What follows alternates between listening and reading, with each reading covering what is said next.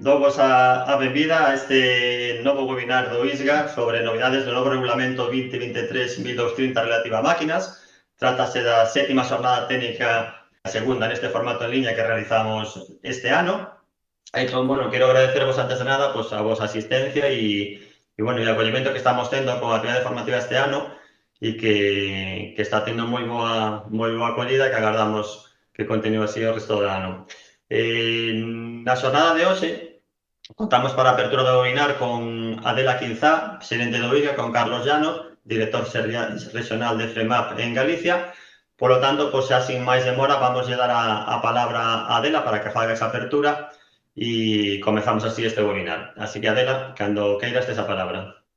Moi bons días, grazas Alberto, e benvida a todos e a todas a esta webinar que nos fai especial ilusión porque podemos estar congregando a máis de 330 persoas, co cual pois o éxito sae unha aposta segura.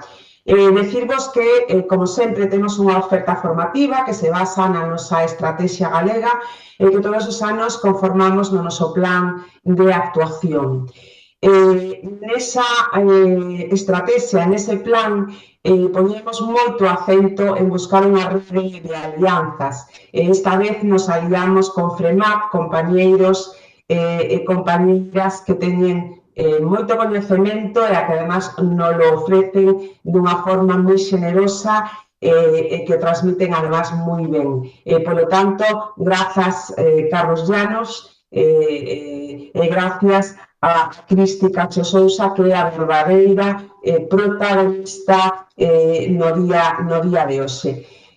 Además desa rede de alianzas, como decíamos, queremos compartir coñecemento de forma xenerosa nun momento de tanta transformación e de tantas transicións que nos apunta a que todos temos que, de alguna maneira, traballar xuntos e arreo, e atender sobre todo, como vamos a facer hoxe, a temas específicos que den resposta a novas legislacións, cambios normativos, cambios técnicos. E sin máis, eu pasarlle a palabra a Carlos Llanos, director territorial, director regional de FREMAP, para que presente a Cristi e faiga as consideracións que proceden. Moitísimas gracias aos dous e moitísimas gracias ao meu compañero Alberto, que é a alma de toda destas webinares e demais.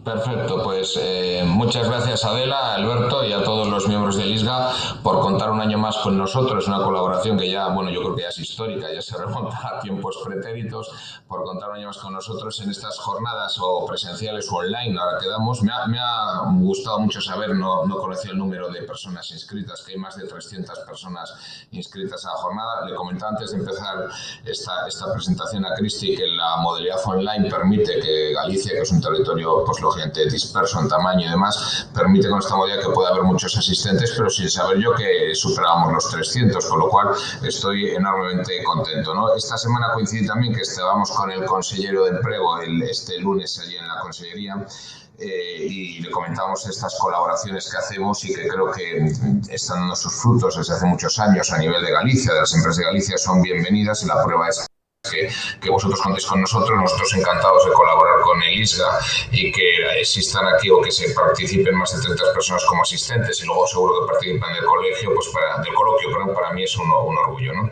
Y ya un poquito centrándonos en la jornada en sí, en la presentación de Cristi, yo ya la he presentado alguna vez aquí en Galicia, recuerdo incluso hace muchos años que vino a dar un taller a los técnicos del ISGA y es una persona que, bueno, hacía un tiempo que no la veía, pero que me da mucho orgullo poder ser su presentador en esta jornada porque tiene en sus jornadas mucho éxito, es muy difícil por la cantidad de digamos que de direcciones regionales y de territorios que pedimos contar con ella, que pueda poder tenerla presente. En este caso lo hemos podido traer para Galicia online, ¿no? Que está allí en Madrid, pero online, y va a ser quien nos acompañe en la jornada, ¿no?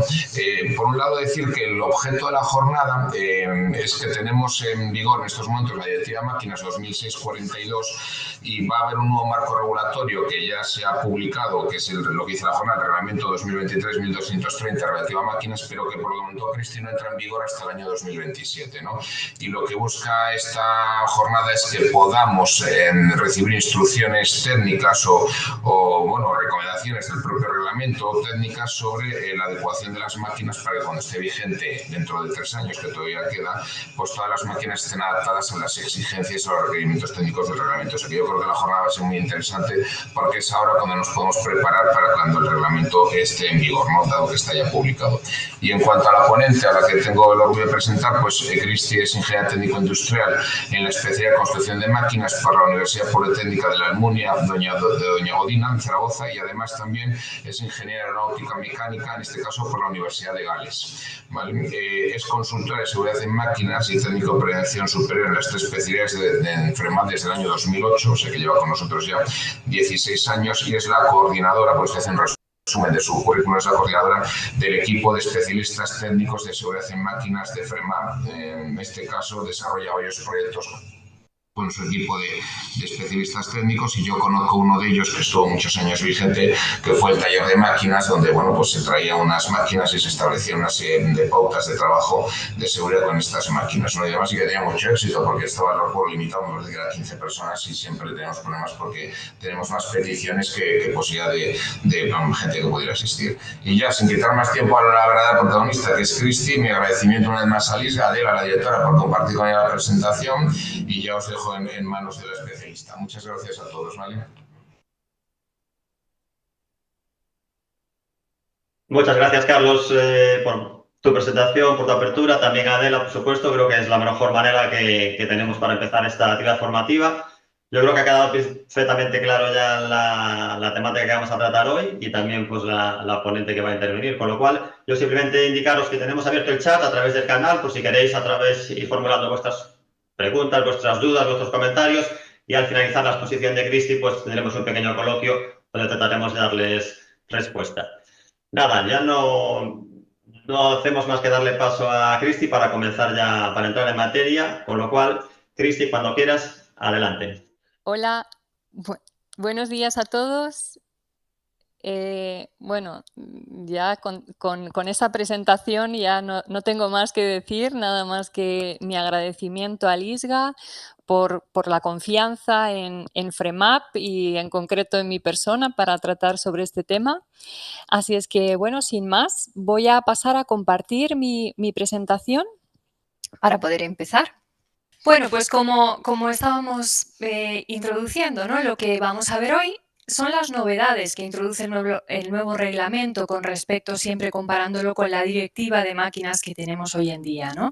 Este reglamento es el 2023/1230 y, bueno, pues sobre todo a los fabricantes, a partir del año 2027 va a ser cuando realmente sea de obligado cumplimiento, ¿vale? Por eso tenemos este margen de tiempo para ponernos al día, para empezar a comprenderlo, empezar a entenderlo, ver si las máquinas que estamos fabricando realmente, bueno, pues les va a afectar de lleno o no tanto esas novedades, ¿no? Que introduce este reglamento. Entonces, el contenido que he preparado es un poco, se resumen estos 6 puntos.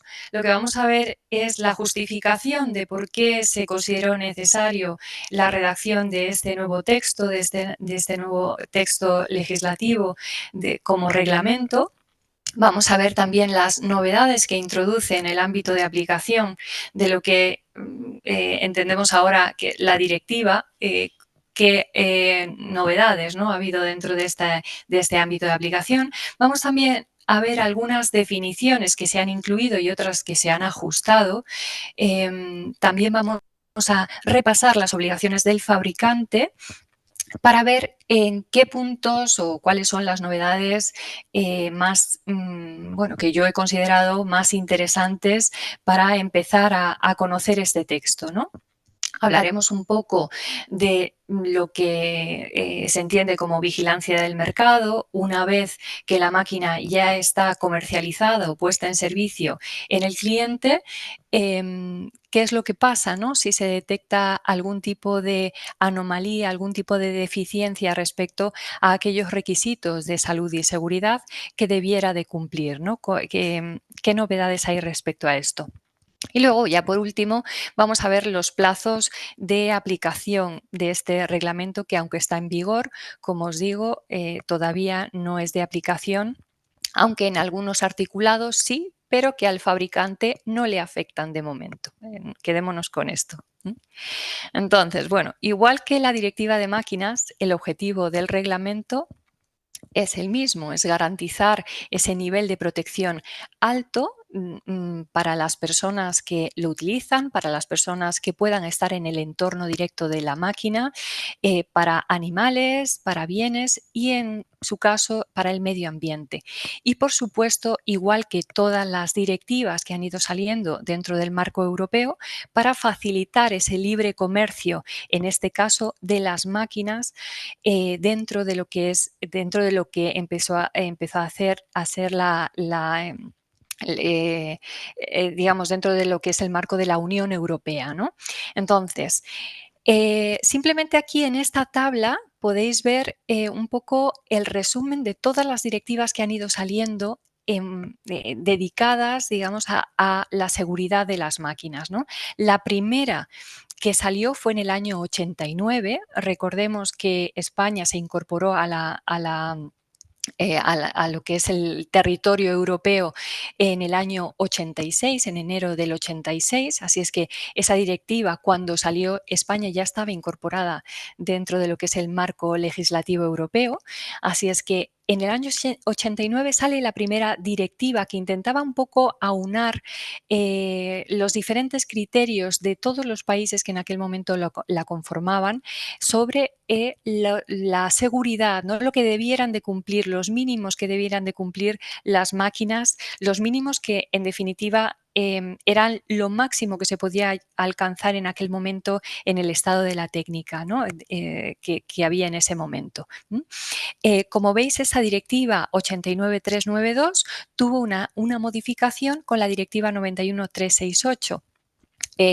Luego, posteriormente, en el año 92, fue cuando España ya coge ese texto de la directiva y lo transpone a la legislación nacional. Sabéis que todas las directivas tienen la obligación, cada uno de los países, de transponerlas a su legislación nacional. Y nace este Real Decreto 1435 del año 92, que ha estado con nosotros, bueno, pues unos cuantos años, ¿no? Aparece también una nueva modificación de la directiva inicial, la 9344, y una tercera modificación sobre esa directiva inicial, la 9368, que hace que haya que transponer otra vez todo ese texto a un Real Decreto dentro de nuestro país, que fue el 5695. Entonces, simplemente aparece una directiva, la 9837, que lo que hace es codificar. Codificar quiere decir coger todos esos textos, el texto inicial y todas las modificaciones, y aunarlos en un único texto. Por eso veis que no hay transposición, porque en definitiva lo que venía a hacer esa directiva 9837 era recopilar todas aquellas modificaciones sobre el texto original. Ya por último, aparece la Directiva 2006/42/C, que es la que tenemos actualmente en vigor y que se transpuso a nuestra legislación nacional a través de ese Real Decreto 1644 del 2008. Ahora aparece este nuevo reglamento, este nuevo texto, ¿no?, de 2023-1230, que lo que hace, digamos, es, o lo que va a hacer, es derogar la directiva 2006/42, y lo vas a hacer a plazos, digamos, ¿no? Entonces, ¿por qué es necesario un reglamento y no ha salido una directiva, ¿no? Es lo primero que nos puede chocar. Bueno, pues lo primero, por evitar esa necesidad de tener que transponer ese texto, interpretarlo dentro de lo que es el marco legislativo nacional. Eso estaba causando algunos problemas en cuanto, por ejemplo, a retrasos. Los países tardaban un tiempo en transponer esa directiva a su legislación nacional y, por tanto, hasta que no se transponía, esa directiva, digamos, no era de aplicación dentro de ese país. Así es que pasaba un tiempo en el que se quedaba aquello en el limbo, ¿no? También hubo otros problemas en cuanto a la interpretación del texto original de la directiva a la hora de transponerlo a esos textos legislativos a nivel nacional. ¿Por qué? Porque algunos países, por una mala interpretación del texto de esa directiva, lo que hicieron fue dificultar ese libre comercio, añadiendo requisitos que realmente, bueno, pues no estaban contemplados en el texto original de esas directivas y, por tanto, bueno, pues se vio que ese libre comercio, esa libre circulación de máquinas se veía bastante dificultado por esta causa, ¿no? Entonces, por eso se ha optado por lanzar este reglamento que entra como texto único de aplicación a todos los países que componen la Unión Europea y, por tanto, no requiere una transposición. Además de esta situación, era necesario darle una vuelta a esa directiva, porque esta directiva, la 2006/42, no estaba alineada con el nuevo marco legislativo para la comercialización de productos dentro de la Unión Europea. Entonces, era necesario sí o sí sacar un nuevo texto que estuviera alineado con ese nuevo marco legislativo, ¿no? También había necesidad de ajustar e incorporar definiciones por falta de claridad para Sí, conseguir un sí. aumento de la seguridad jurídica. Entonces, lo que se hizo fue incorporar definiciones como, por ejemplo, la definición de modificación sustancial, que estaba trayendo muchos problemas tanto a fabricantes como a usuarios a la hora de decidir si aquello que habían hecho sobre su máquina era una modificación sustancial o no y, por tanto, sobre quién recaía la responsabilidad. También se han sacado nuevas definiciones a la hora de añadir figuras diferentes a lo que es el fabricante y el representante autorizado. Se han añadido nuevos agentes económicos y, por tanto, sus definiciones y obligaciones, por supuesto. Así es que, digamos que se ha pretendido con esto aumentar esa seguridad jurídica, ¿no? También existía la necesidad de incorporar todos aquellos riesgos derivados de esas máquinas que incorporan tecnologías emergentes como inteligencia artificial o el OIT o el IoT, perdonad, que es el Internet de las cosas, esas máquinas que son capaces de conectarse a través de sensores, con otras máquinas o conectarse en remoto, aquellas que incorporan componentes de seguridad con comportamiento total o parcialmente evolutivo y, por tanto, tienen un aprendizaje autónomo, ¿no? que pueden digamos que están dedicados a aplicarse en una función de seguridad incluida en alguna máquina. Todo esto era muy necesario de incorporar, puesto que la directiva de máquinas no incluía requisitos de salud y seguridad que marcaran, digamos, de alguna forma los límites que tenían que tener ese tipo de máquinas o de componentes, ¿no? También era necesario sacar este nuevo reglamento para mejorar aquellos criterios de tratamiento de máquinas de alto riesgo, las famosas categorías, las categorías que están recogidas ahora mismo dentro del anexo 4 de la Directiva de Máquinas, ahora están recogidos dentro del anexo 1 del reglamento y además se dividen en parte A y parte B. Esto lo veremos más adelante. También se han incorporado y se han querido mejorar los procedimientos de evaluación de conformidad de las máquinas.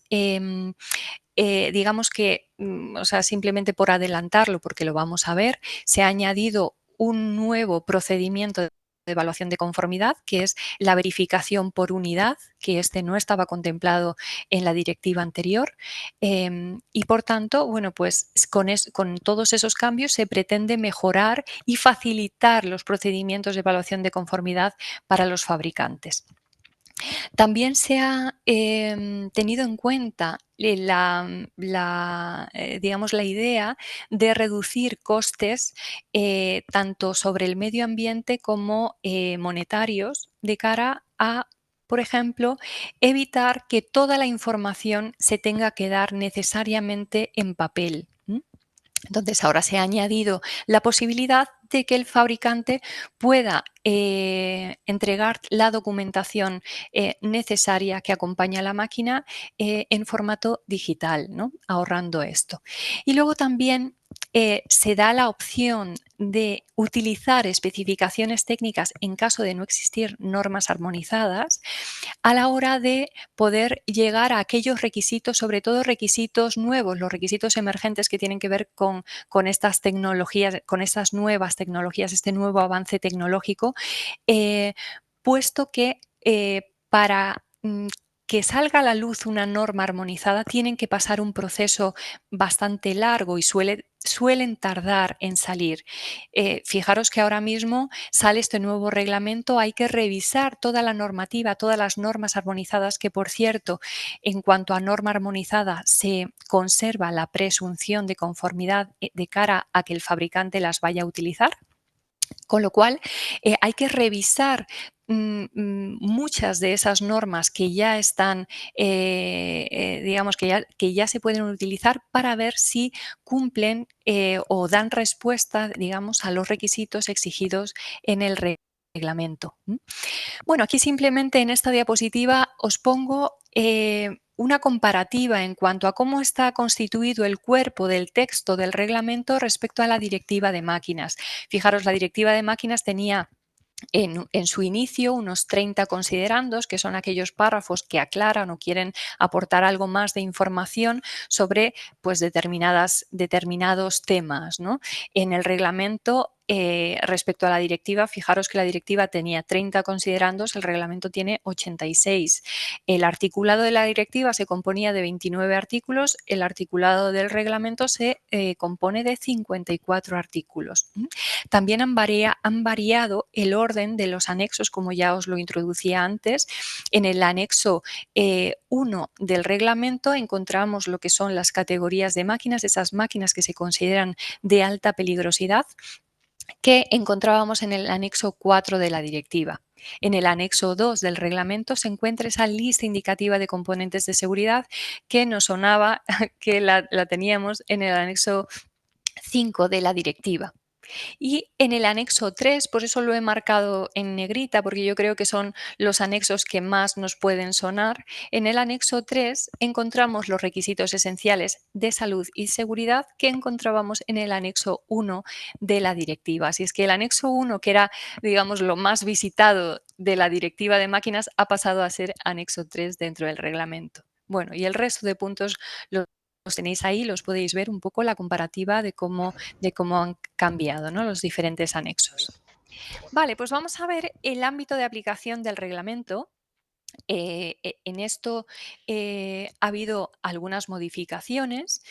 Por supuesto, este reglamento le aplica a las máquinas, pero las máquinas en la directiva anterior se consideraban máquinas en sentido estricto y luego había una serie de productos que se consideraban máquina en sentido amplio, ¿no? Ahora ya no se llaman máquina en sentido amplio, sino que se les ha puesto el nombre de productos relacionados, ¿vale? Vais a ver que son los mismos, ¿no?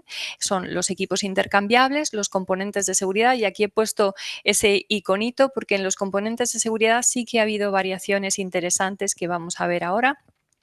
También las cadenas, cables y cinchas, accesorios de elevación y los dispositivos amovibles de transmisión mecánica. Todos estos, digamos, productos se consideran máquina a efectos del reglamento, al igual que lo hacía a efectos de la directiva o que lo hace a efectos de la directiva de máquinas. También se incluyen, por supuesto, dentro del ámbito de aplicación, las cuasimáquinas. Y en este caso de las cuasimáquinas sí que ha habido alguna novedad interesante, sobre todo en su definición. sobre todo, el objetivo de esto, de ajustar este tipo de definiciones, en concreto el de cuasimáquinas, es para evitar que, bueno, pues que los fabricantes tengan o puedan interpretar mal el que su producto sea una cuasimáquina o una máquina, y normalmente se interpretaba hacia que era una cuasimáquina y no se hacía, digamos, todo el procedimiento completo o no se cumplían todas las obligaciones que en teoría le deberían corresponder a el producto que estaban comercializando, ¿no? Entonces, bueno, pues viendo las novedades, porque no vamos a ver todo el ámbito de aplicación de lo que es la directiva, que ya lo conocemos, pero vamos a ver aquellas cosas más importantes que yo entiendo que es necesario tener muy claro, ¿no? Entonces, dentro de lo que es la definición de máquina, que es el conjunto de elementos o componentes vinculados entre sí, de los cuales al menos uno es móvil y, por tanto, aquello que sobre lo que no hay movimiento o lo que no tiene movimiento, pues ya directamente entendemos que no va a ser una máquina, ¿no? Que están asociados además para una aplicación determinada y pueden estar provistos o destinados a estar provisto de un sistema de accionamiento distinto de la fuerza humana o animal.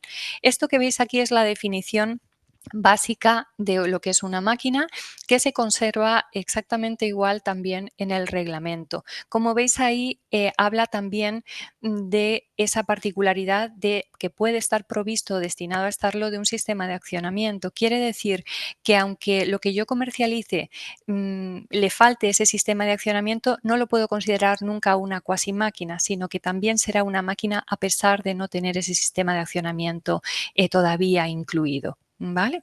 Entonces, bueno, pues son esas aclaraciones para que el fabricante de un producto sepa muy bien o lo mejor posible poder tener claro, ¿no?, de si ese producto es una máquina o una cuasimáquina. Bueno, pues dentro de las definiciones de máquina, lo que sobre todo se ha añadido y llama más la atención es aquel producto que cumpla con esta definición anterior, al que solo le falta la carga de un software destinado a la aplicación específica que el fabricante prevea. Esto es una gran novedad, ¿no? Entonces, si resulta que yo tengo un producto, voy a comercializar o poner en servicio un producto que cumple estas características de esa primera definición que hemos visto, pero que solo le falta la carga de software, no podré decir que es una cuasimáquina, que tiene menos obligaciones, vamos a decirlo así, que lo que sería el producto final, el producto terminado, que sería una máquina. Así es que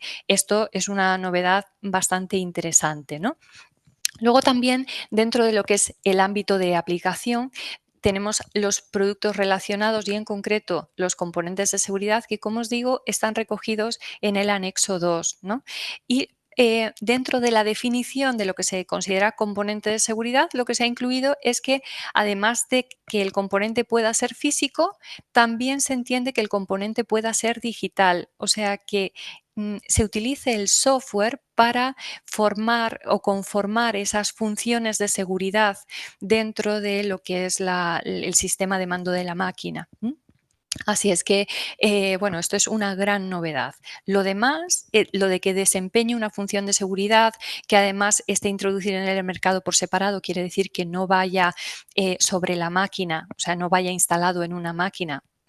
Que su fallo o funcionamiento defectuoso pone en peligro la seguridad de las personas, aunque no tiene por qué provocar el accidente, sino que simplemente la persona está desprotegida, ¿no? Deja de estar protegida ante el peligro para el cual pues, se instaló esa medida de seguridad y que además no es necesario para el funcionamiento de la máquina. Quiere decir, para el proceso productivo este producto no es necesario, o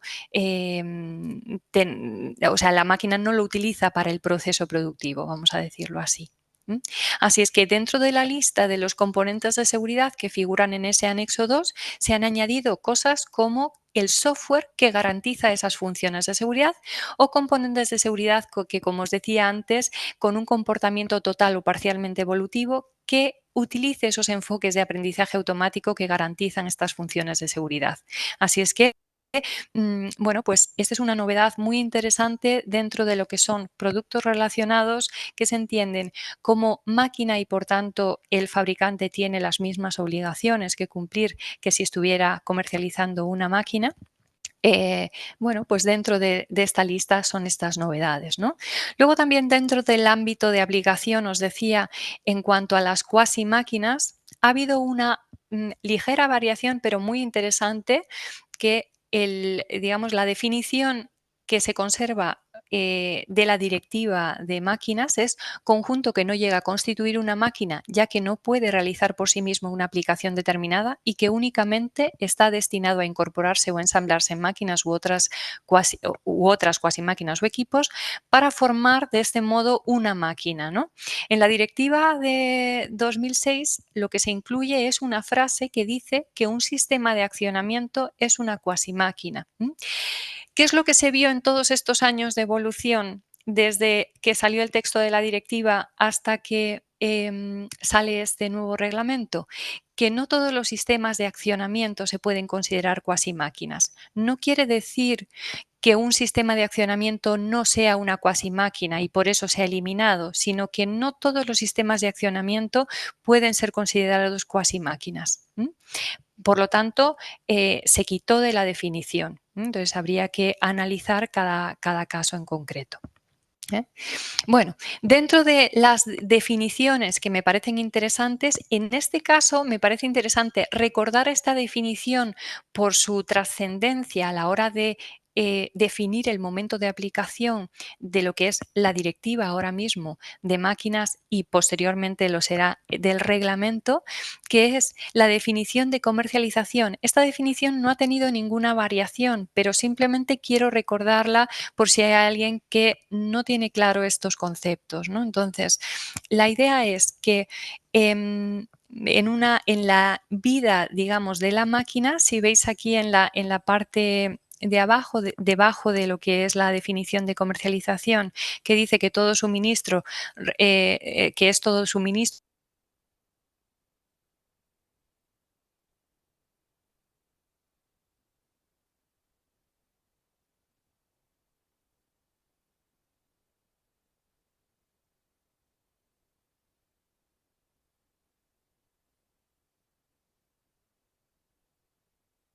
poner a disposición de la comunidad de un producto que esté incluido dentro del ámbito de este reglamento, ¿no? O de la directiva de máquinas.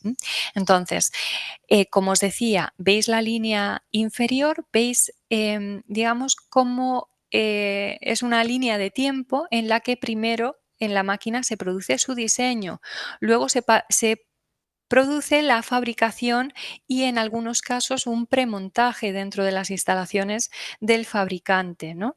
Luego puede un premontaje o montaje final, ¿no? Depende de si en ese momento, tras ese momento se comercializa o se pone a disposición de la comunidad. Por ejemplo, simplemente si yo soy un fabricante de motosierras, simplemente pongo en mi página web que tengo disponibles estas motosierras modelo tal, ¿vale? Lo defino y lo pongo a disposición de la comunidad. A partir de ese momento yo ya debo cumplir con todas las obligaciones que vamos a ver un poquito más adelante dentro de la exposición, ¿vale? En ese momento yo ya tengo que tenerlo todo preparado, toda la máquina, por supuesto, su diseño cumpliendo con los requisitos y toda la documentación relacionada con la máquina. Pero hay algunas máquinas que no se da ese momento de comercialización, sino que son máquinas que se han solicitado al fabricante para una aplicación muy, muy concreta. O sea, que el propio comprador o el usuario lo que ha hecho es pedir que se fabrique una máquina, digamos, a medida de su proceso productivo. Por tanto, no se va a poder comercializar, digamos, no le va a valer esa máquina a otro usuario. Y por tanto, esa parte de comercialización o ese momento de comercialización no va a llegar. Se va a producir después de la fabricación o premontaje, se va a producir el montaje e instalación dentro de lo que es el espacio del usuario y luego ya la puesta en servicio una vez que ya está la máquina totalmente montada y lista para ser utilizada, sería el momento de ponerla, de utilizarla por parte del usuario, ¿no? Y eso es lo que conocemos como puesta en servicio. Digamos que es en estos dos momentos, digamos, el primero que se dé en el caso de que exista comercialización, se va a dar la comercialización, pero si no existe la comercialización, lo que se va a dar es la puesta en servicio, ¿no? Es en esos dos momentos en los que tanto la directiva de máquina como en un futuro el reglamento van a tener que aplicarse por parte del fabricante.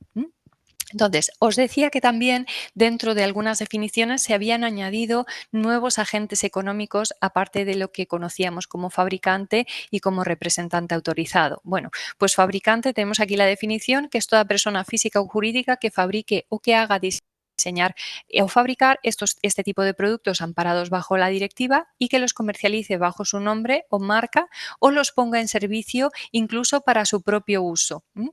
¿Esto qué quiere decir? Bueno, ya lo conocíamos, esto no es una novedad. Quiere decir que fabricante puede ser cualquier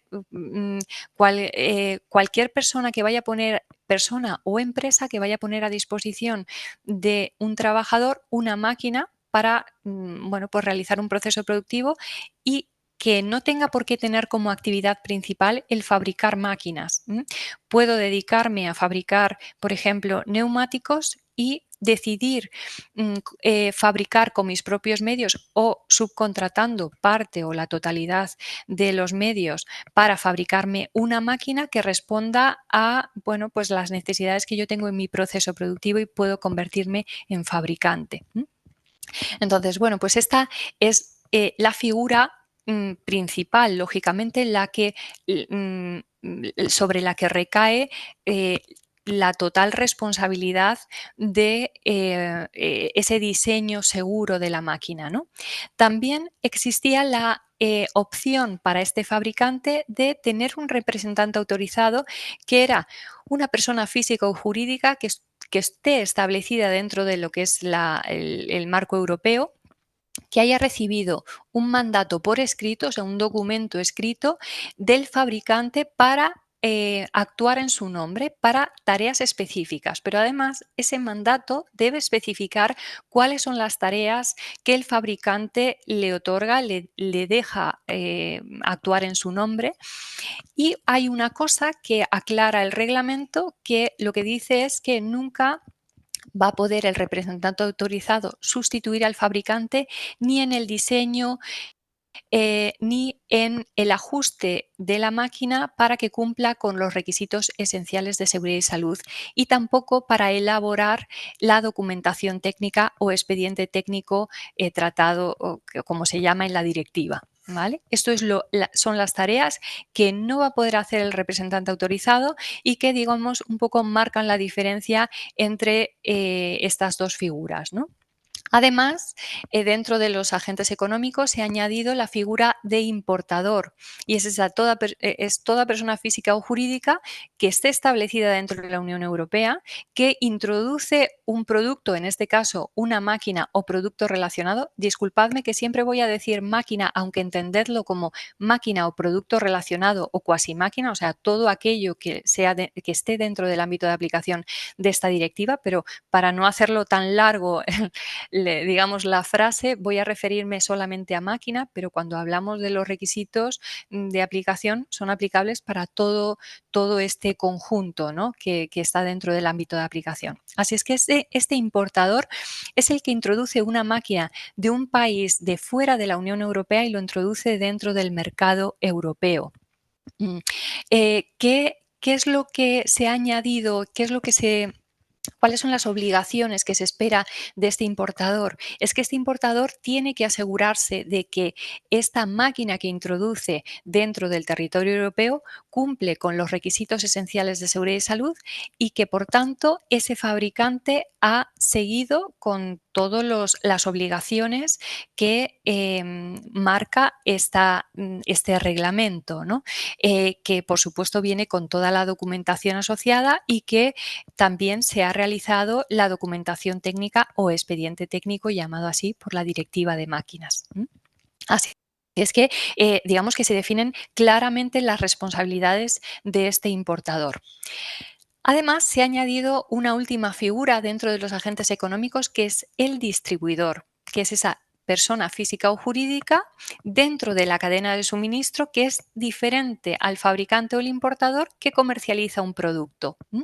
Entonces, si nos planteamos, si estamos dentro de esa cadena de suministro de lo que es desde el fabricante hasta llegar al consumidor o al usuario de una máquina, tenemos que tener en cuenta que siempre vamos a estar recogidos en una de estas 4 definiciones. No va a haber ninguna actividad que nosotros podamos hacer que respecto a ese suministro, respecto a esa cadena de suministro, que no, en la que no se vaya a identificar con alguno de estos agentes económicos.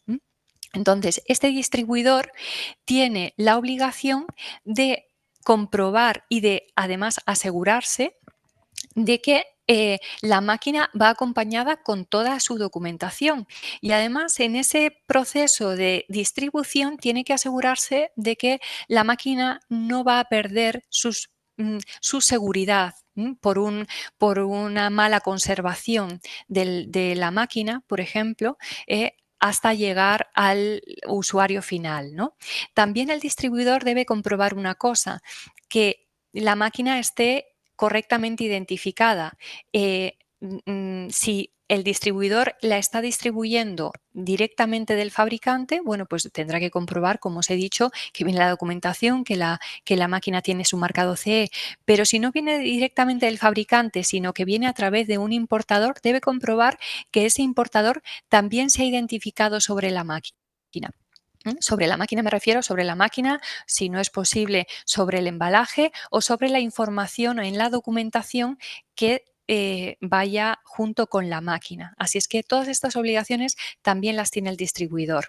Y por supuesto, todos ellos tienen la obligación, todos estos agentes tienen la obligación de comunicar para ayudar a vigilancia del mercado cuando se detecte alguna anomalía dentro de una máquina que ya haya sido comercializada para bueno, pues que se proceda a retirarla o se proceda a corregir esas anomalías. Tienen la obligación de comunicar a los organismos de vigilancia del mercado, a estos organismos notificados, de que existe algún tipo de anomalía, ¿no? Bueno, una de las novedades que se ha incorporado es la definición también de modificación sustancial. Esto era una definición que era muy, muy esperada porque digamos que hasta este texto no teníamos ningún texto legislativo oficial de obligado cumplimiento que estableciera claramente lo que es modificación sustancial.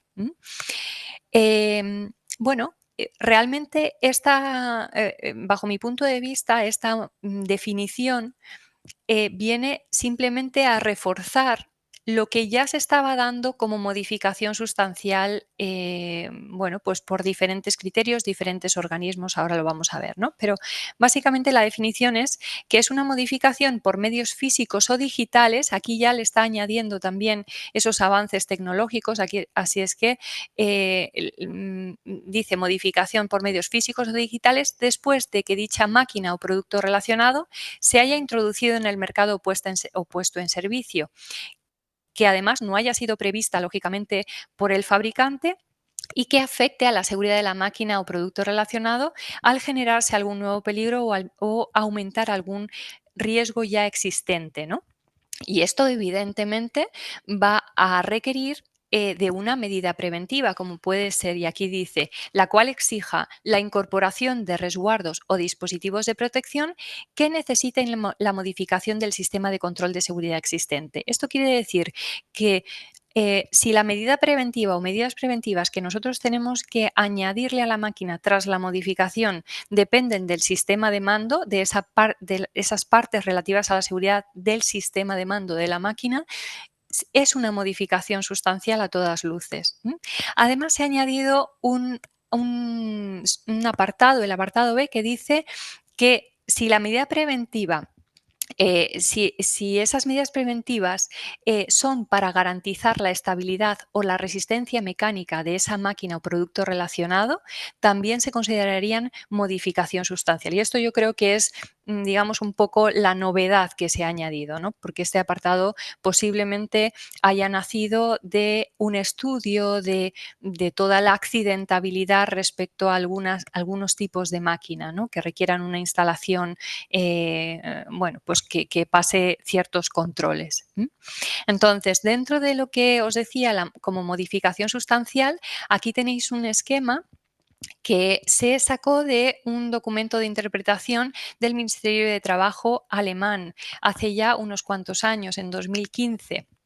También teníamos una guía técnica relativa a las operaciones de modificación de máquinas o conjuntos de máquinas que editaba el Ministerio de Trabajo francés, que ha tenido una serie de revisiones. Una versión anterior fue de 2015, ahora está la versión de 2019. En el que, bueno, pues daban su punto de vista sobre lo que se entendía como modificación sustancial o no. Básicamente tenía los mismos criterios que el Instituto Alemán. Por lo tanto, como os digo, se ha mantenido, digamos, la definición, la base de esa definición parte ya de lo que se venía haciendo o se venía entendiendo como modificación sustancial.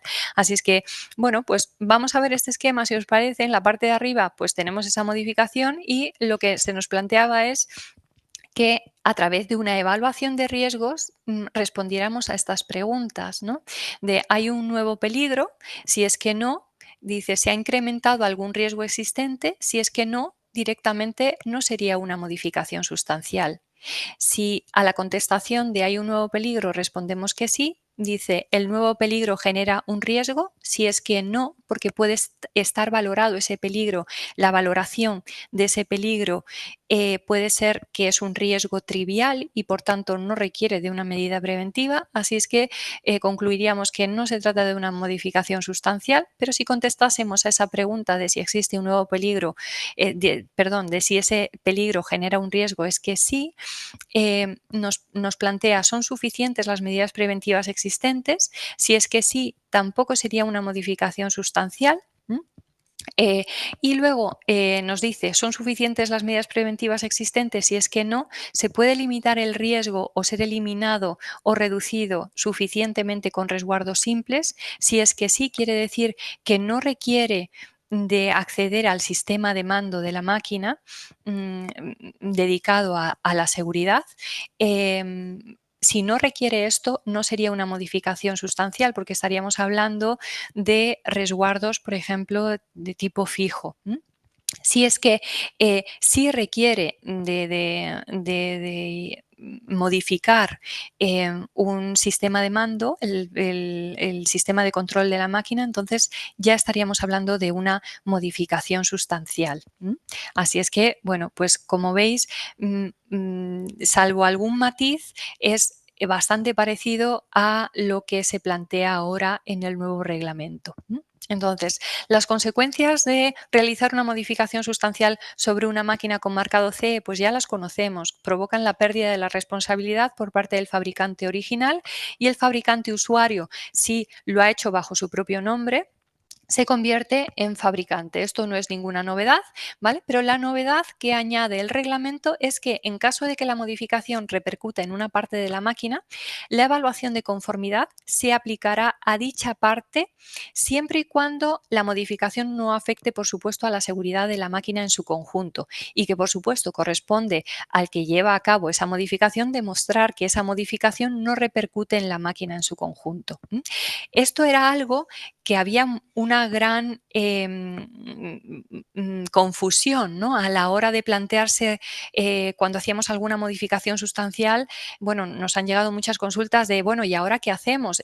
Vale, tenemos claro que es una modificación sustancial porque hemos prácticamente cambiado un montón de cosas dentro del sistema de mando de la máquina, pero La modificación sustancial requiere que hagamos toda esa evaluación. Por supuesto, tenían que hacer el expediente técnico que incluye la evaluación de riesgos de la máquina.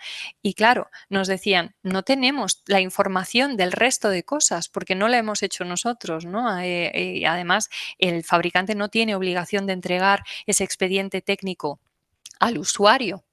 Con lo cual, pues realmente el usuario que había hecho una modificación sustancial se las veía muy negras a la hora de poder hacer esa evaluación de riesgos general y ese expediente técnico general de la máquina, ¿no? Porque no aparecía, no aclaraba en ninguna parte que se pudiera hacer o se debiera hacer solamente de la parte modificada.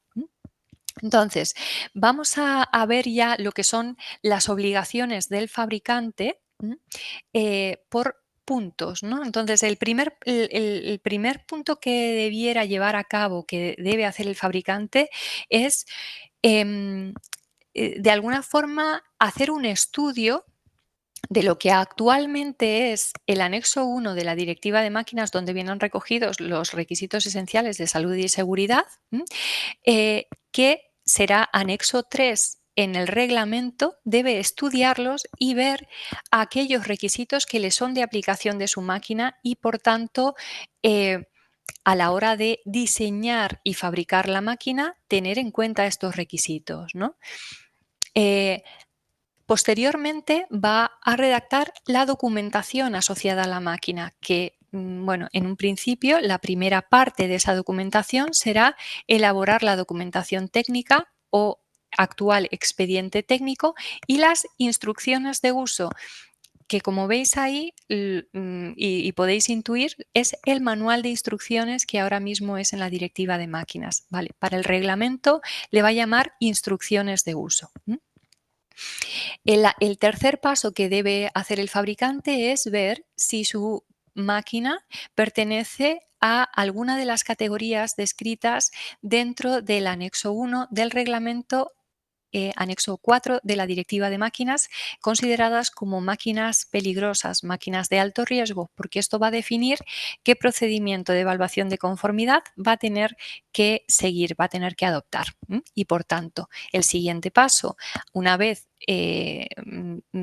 analizado o visto si su producto, máquina o producto relacionado pertenece a alguna de esas categorías, bueno, pues va a tener que aplicar el procedimiento de evaluación de conformidad que le corresponda.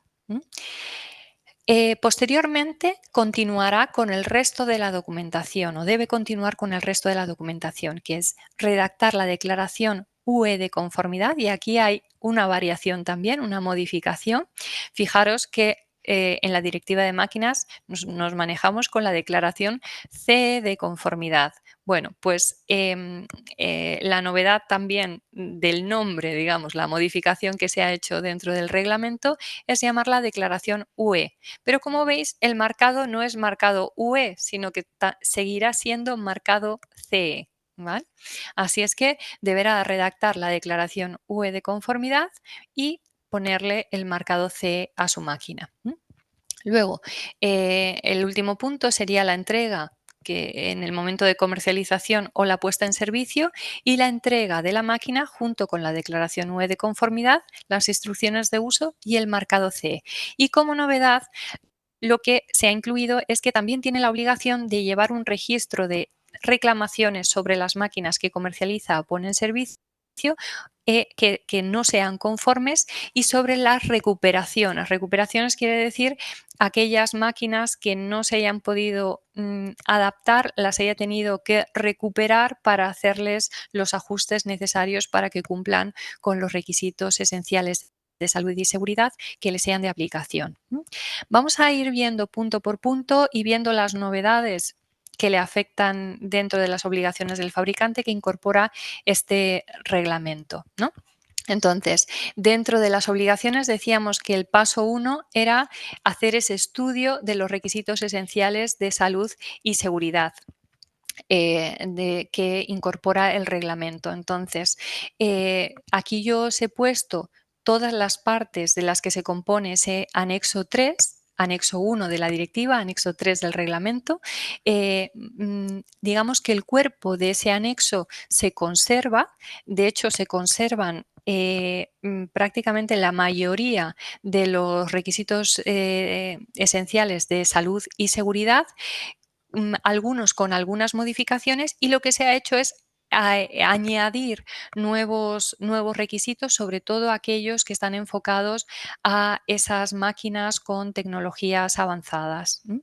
Entonces, en la parte A tendríamos las definiciones. Yo aquí os he recogido algunas de las cosas que considero que son más novedosas o que os pueden interesar más, para haceros una idea de en qué línea va esa transformación de la directiva al reglamento. Por supuesto, no vamos a ver todos los requisitos esenciales de salud y seguridad que se han incorporado nuevos, porque haría falta que estuviésemos pues por lo menos 2 días, 2 días aquí, pero sí que tengo, mi objetivo es que salgáis, bueno, que veáis un poco en qué línea, sobre qué línea va estas modificaciones o estas incorporaciones, ¿no? Entonces, dentro de la parte B de principios generales sí que ha habido una incorporación interesante que dice que la evaluación de riesgos y reducción del riesgo, o sea, esa metodología de evaluación y reducción del riesgo y esa parte de la documentación técnica que se refiere a la evaluación de riesgos y reducción de riesgos, incluyan los peligros que puedan surgir durante el ciclo de la vida de la máquina, previsibles en el momento de su introducción dentro del mercado, por la evolución de su comportamiento, lógica total o parcialmente evolutivos, para operar con distintos niveles de autonomía. Así es que si yo tengo máquinas que a través de ese tipo de componentes o a través de ese tipo de software que puede tener una evolución, digamos que puede ir aprendiendo a lo largo de su utilización, a lo largo de su ciclo de vida, y pueda dar lugar, digamos, a comportamientos diferentes, bueno, pues tengo que tener claro qué peligros se pueden prever de ese tipo de evolución, de aprendizaje de la máquina que yo pongo en comercialización o pongo en servicio, ¿no?, en un cliente. Dentro de la parte de requisitos esenciales de salud y seguridad, en cuanto a las generalidades, por ejemplo, hay cosas muy curiosas e interesantes que facilitan, bajo mi punto de vista, bastante, por ejemplo, el proceso que tiene que hacer un técnico de prevención a la hora de recepcionar una máquina y hacer esa evaluación que se debe hacer cuando la recepcionamos antes de utilizarla, ¿no? Lo que dice es que el fabricante debe diseñar su máquina de forma que el usuario pueda probar todas las funciones de seguridad que estén incluidas en la misma. Y esto es una revolución bajo mi punto de vista, ¿no? Incluso lo que dice el reglamento es que se deberían añadir las herramientas, los equipos necesarios, incluso aclarar cuáles son los procedimientos a seguir para poder probar esas funciones de seguridad. Por supuesto, la periodicidad, etcétera, ¿no? Todas las consideraciones en torno a la seguridad que se tienen que tener en cuenta para proceder a comprobar que las funciones de seguridad, bueno, pues están en perfectas condiciones. Así es que, bueno, pues esto para mí es algo muy, muy positivo, esta exigencia. Esto es cierto que también trae una cantidad de trabajo a todos estos comités normalizadores, puesto que hay un montón de normas, por ejemplo, la norma de función de parada de emergencia, que se van a tener que revisar para añadir cómo se hacen esas comprobaciones. Por supuesto, normas de tipo C que incorporen también parte de especificaciones técnicas para dar respuesta a los requisitos esenciales de seguridad y salud que tengan que ver con funciones de seguridad, también se van a tener que revisar. Así es que digamos que a estos comités normalizadores les espera un largo trabajo de aquí al 2027, que en teoría se debería intentar tener, bueno, pues el máximo de normas que den respuesta a estos requisitos nuevos que han salido, ¿no? Dice, además, dentro de las generalidades, que la conexión, por ejemplo, con un dispositivo remoto de la máquina no debe provocar situaciones peligrosas. Así es que imaginaros el caso en que se pierda la conexión con ese dispositivo remoto, pues la máquina no debe hacer ningún movimiento, por ejemplo, peligroso que pueda dar lugar a un accidente. O, por ejemplo, también dice que el hardware transmisor de señales o datos relevantes para la conexión o el acceso al software de seguridad, por supuesto, no estamos hablando del software dedicado a los procesos productivos, sino al de seguridad, deberá estar protegido contra la corrupción accidental o intencionada. Además, nos dice que la máquina recogerá pruebas de toda intervención con relación a la conexión o al acceso al software. Que el software y datos que sean esenciales para la seguridad se indicarán como tales y se protegerán adecuadamente contra la corrupción. Todo esto es una novedad, no estaba incluido dentro del anexo 1 de los requisitos esenciales de salud y seguridad de la Directiva de Máquinas. Ahora, en relación a los sistemas de mando, por ejemplo, una de las novedades es que deben resistir los intentos hostiles previsibles de terceros de provocar una situación peligrosa. O, por ejemplo, también establece que es necesario establecer límites de todas las funciones de seguridad como parte de la evaluación de riesgos realizada por el fabricante y que no se permita ninguna modificación por parte de los operarios siempre que si estas modificaciones no pueden dar lugar a situaciones de peligro. Así es que dentro de esa evaluación de riesgos se tiene que dejar muy claro cuáles son los límites de funcionamiento de esas funciones de seguridad en cuanto, por ejemplo, a rango de parámetros de utilización, etcétera. También incorpora y dice que el registro de intervenciones o actualizaciones del software de seguridad una vez que la máquina ha sido introducida en el mercado o puesta en servicio debe estar habilitado 5 años a partir de dicha intervención o carga exclusivamente para dar respuesta a la autoridad competente. Luego también incorpora que para sistemas de mando cuyo comportamiento o cuya lógica total o parcialmente evolutivos, de los que hemos hablado antes, que estén diseñados para operar con distintos niveles de autonomía, se deben diseñar de forma que impidan que la máquina realice cualquier acción fuera de las tareas para las que se ha concebido y fuera de su zona de desplazamiento definido, ¿no? Por lo tanto, se deben definir tanto las tareas como las zonas de desplazamiento. Además, debe ser posible en todo momento corregir la máquina con el fin de mantener su seguridad inherente. Así es que la máquina o al usuario le debe ser posible interrumpir a la máquina en algún momento, digamos, en todo momento de su ciclo operativo para poder reconducirla o redirigirla si ha dado lugar a algún tipo de fallo. Dentro de este anexo 3, fuera ya de los requisitos esenciales de salud y seguridad que son aplicables para todo tipo de máquinas, también encontramos requisitos esenciales de salud y seguridad complementarios para algunas categorías de máquinas o productos relacionados, ¿vale? La novedad aquí, la novedad más interesante para mí es que se ha añadido un apartado para máquinas o productos relacionados para la aplicación de productos fitosanitarios como novedad. Luego, también dentro de esos requisitos esenciales complementarios, tenemos unos cuantos para neutralizar riesgos debidos a la movilidad de las máquinas. Novedades dentro del apartado de generalidades, que se han añadido algunas definiciones como máquina móvil autónoma, supervisor y función de supervisión, ¿no? Que, como veis aquí, vamos a entender máquina móvil autónoma como una máquina móvil con modo autónomo, en el cual todas las funciones esenciales de la máquina, las funciones de seguridad esenciales de la máquina están garantizadas dentro de su zona de recorrido y funcionamiento sin la interacción permanente de un operario. ¿Vale?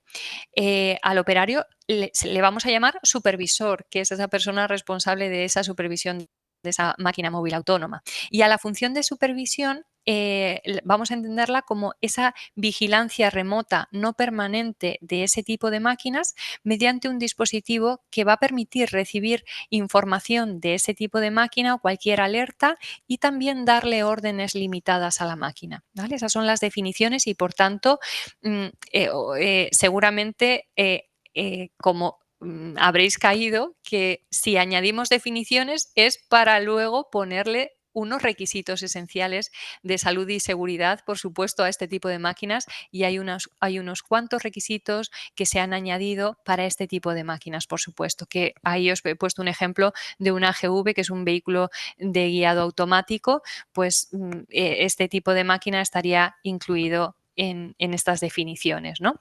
Luego, además, tenemos requisitos esenciales complementarios para aquellos riesgos derivados de operaciones de elevación.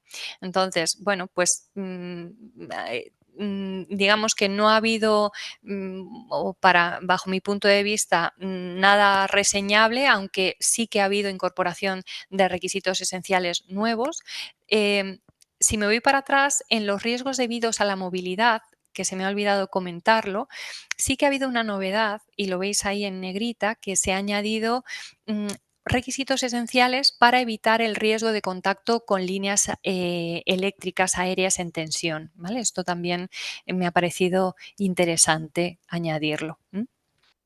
Luego, ya por último, bueno, pues se mantiene, digamos, el cuerpo también del anexo 1 de la Directiva de Máquinas. Por supuesto que estos apartados, tanto de requisitos complementarios destinados a trabajo subterráneo, para máquinas destinadas a trabajos subterráneos, y requisitos esenciales que presenten riesgos particulares para máquinas que presenten riesgos particulares debido a elevación de personas, por supuesto han tenido incorporación de requisitos esenciales. Como he dicho, no vamos a poderlos ver todos, pero bueno, lo que quería era que vierais un poco cómo estaba constituido el cuerpo de este anexo número 3 y aquellos aspectos que, bajo mi punto de vista, pues llaman más la atención, ¿no? Bueno, pues siguiendo, digamos, con los diferentes pasos que tenía que hacer, de obligaciones que tenía que seguir el fabricante, el siguiente paso, una vez que ha estudiado todos los requisitos esenciales de seguridad y salud, sería evaluar los riesgos. Así es que partiríamos de este análisis del riesgo, determinando los límites de la máquina, límites de uso, límites de tiempo, límites de espacio y otros tipos de límite. Una vez que determinamos esos límites de la máquina, que en definitiva es recopilar una información respecto a las formas de uso que se va a dar a la máquina, si la máquina tiene modos de funcionamiento distintos, como automático, a ciclos, de forma manual, qué tipo de perfiles de usuario las van a utilizar, qué tipo de intervenciones, qué condiciones de estas tareas son las que se tienen que dar para que el operario trabaje, digamos, en una situación segura. En cuanto a límites de espacio, podemos poner como ejemplo, por ejemplo, aquellas máquinas que parte de ellas tengan algún tipo de movimiento y, por tanto, se tenga que tener en cuenta a la hora de instalarlas para dejar esos espacios libres, o aquellos espacios necesarios para que los operarios intervengan en esas operaciones, por ejemplo, de mantenimiento o limpieza, con criterios ergonómicos de seguridad. O que tengan el espacio suficiente para poder acceder a los diferentes puntos de la máquina. Límites de tiempo también serían aquellos en los que determinados componentes o la máquina tiene un tiempo de vida útil y, por tanto, es necesario pues sustituirlos, etcétera, ¿no? Una vez que determino los límites de la máquina, sería cuando identifico los peligros. Sería una lista de peligros asociados a situaciones peligrosas, ya que tengo que entender que la situación peligrosa se da cuando tengo un peligro y tengo un operario pues cerca o al lado del peligro, ¿no? Identificaría esos peligros, estimaría los riesgos para cada uno de esos peligros en función de la gravedad y de la probabilidad de ocurrencia, ¿no? En cuanto a la probabilidad, la estimaría en cuanto a la frecuencia y duración de la exposición, la posibilidad de que ocurra el suceso peligroso y la posibilidad de evitar el daño. Todo esto está recogido dentro de una norma de tipo A, que es la norma 12100, que está destinada al diseñador, pero que siempre me gusta aclarar y me gusta recordar que esta norma viene contemplada dentro de la guía interpretativa del Real Decreto 1215 para usuarios, fijaros, para usuarios de máquinas, ya no tiene que ver con los fabricantes, en el que se recomienda al evaluador de una máquina emplear esta metodología planteada por la norma 12100, que está además amparada tanto en el texto de la directiva como en el texto del reglamento. Entonces, una vez que hemos hecho el análisis del riesgo, pasaríamos a valorar el riesgo en trivial, alto o moderado, alto, depende de la escala que plantee el evaluador, ¿no? Si resulta que puedo concluir que el proceso es seguro, estaríamos ante un riesgo controlado, que los riesgos están controlados. Si es que no, deberíamos pasar a la parte de control del riesgo, adoptando medidas preventivas para eliminar los peligros de raíz o reducir el riesgo hasta donde nos permita el estado de la técnica, ¿no?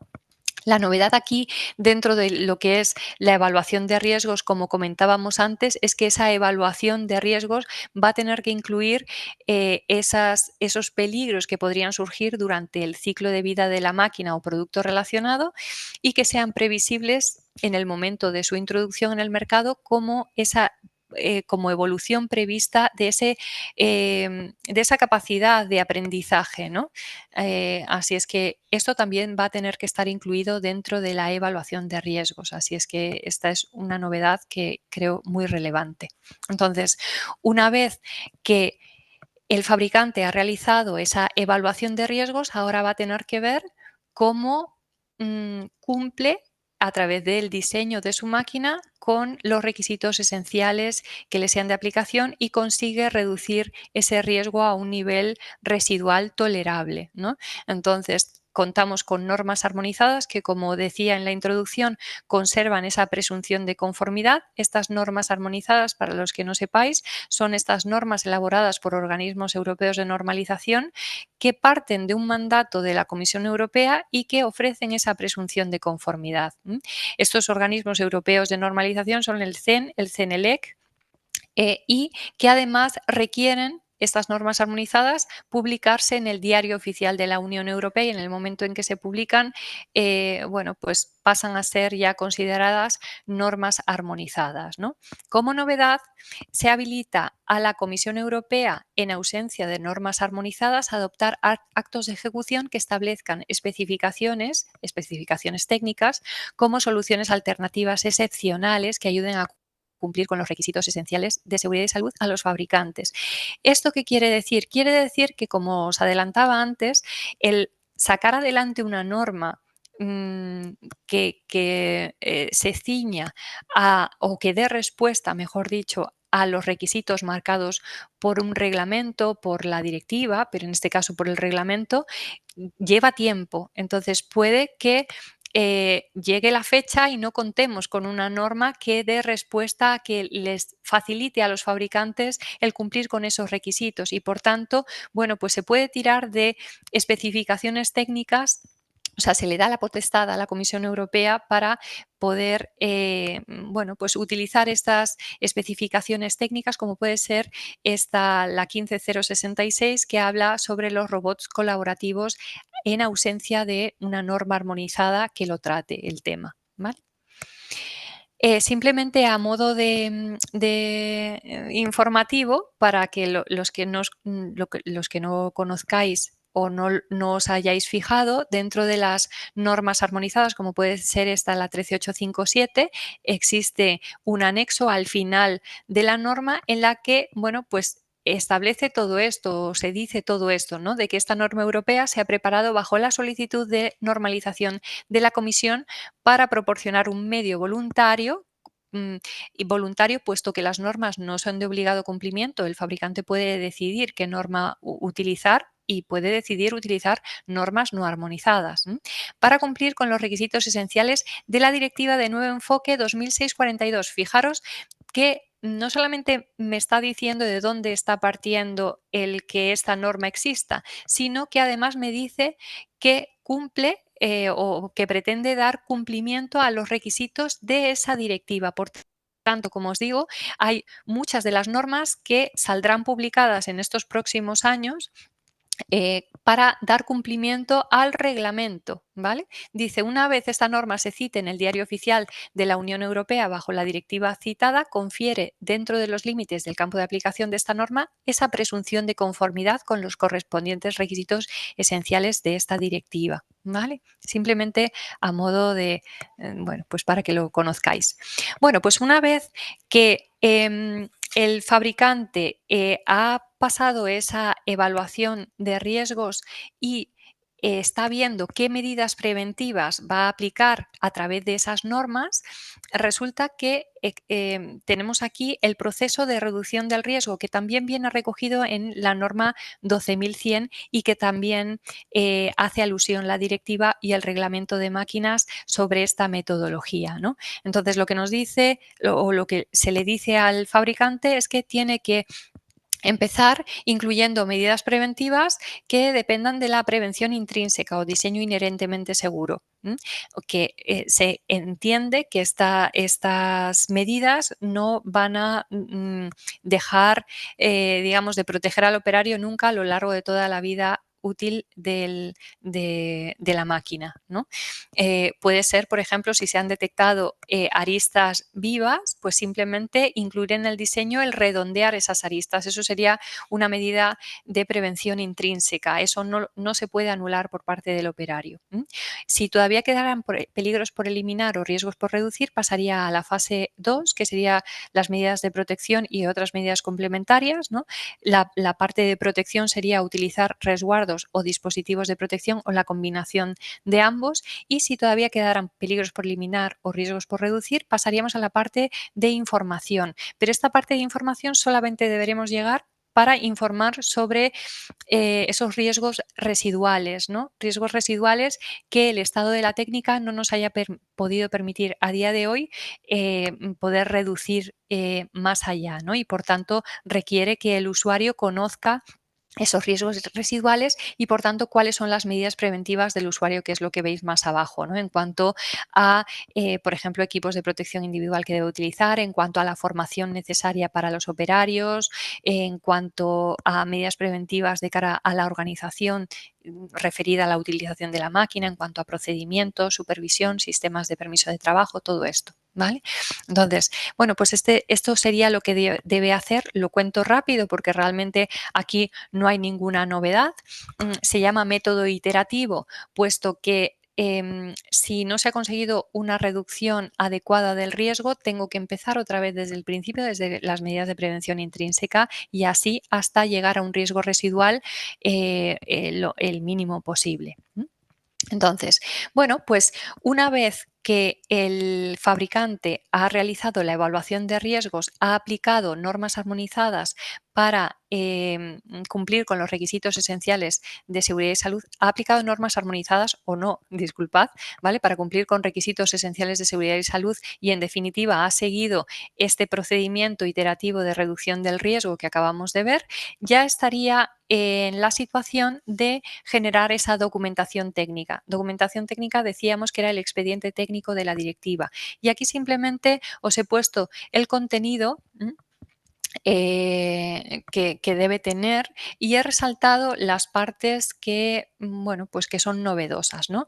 No olvidemos que el objetivo de la documentación técnica, o sea, el expediente técnico, es demostrar la conformidad de la máquina con respecto a los requisitos esenciales de seguridad y salud. Así es que no se trata de un documento que recoja todo el diseño completo de la máquina, sino aquellos aspectos que justifiquen que la máquina cumple con los requisitos esenciales de seguridad de salud y seguridad que le son de aplicación. Así es que dentro del contenido, como parte novedosa, pues además de los planos y esquemas de diseño que ya se debían incluir en la directiva, ¿no? Aparece que también hay que incluir descripciones y explicaciones necesarias para la comprensión de esos planos y esquemas, ¿no? También se deben incluir la referencia de normas armonizadas o especificaciones adoptadas por la comisión, que esto se ha añadido. Evidentemente, lo de la referencia de normas ya venía incluido antes, pero esto de especificaciones adoptadas por la comisión es algo nuevo, por lo que os he contado anteriormente, ¿no?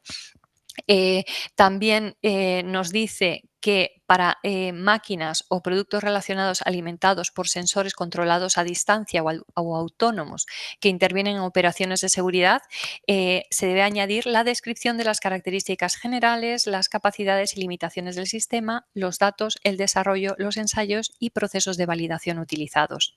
También se debe de incluir, y esto es muy, muy importante, el código fuente o lógica de programación del software. Quiere decir, con esto, la versión de software que esté instalada.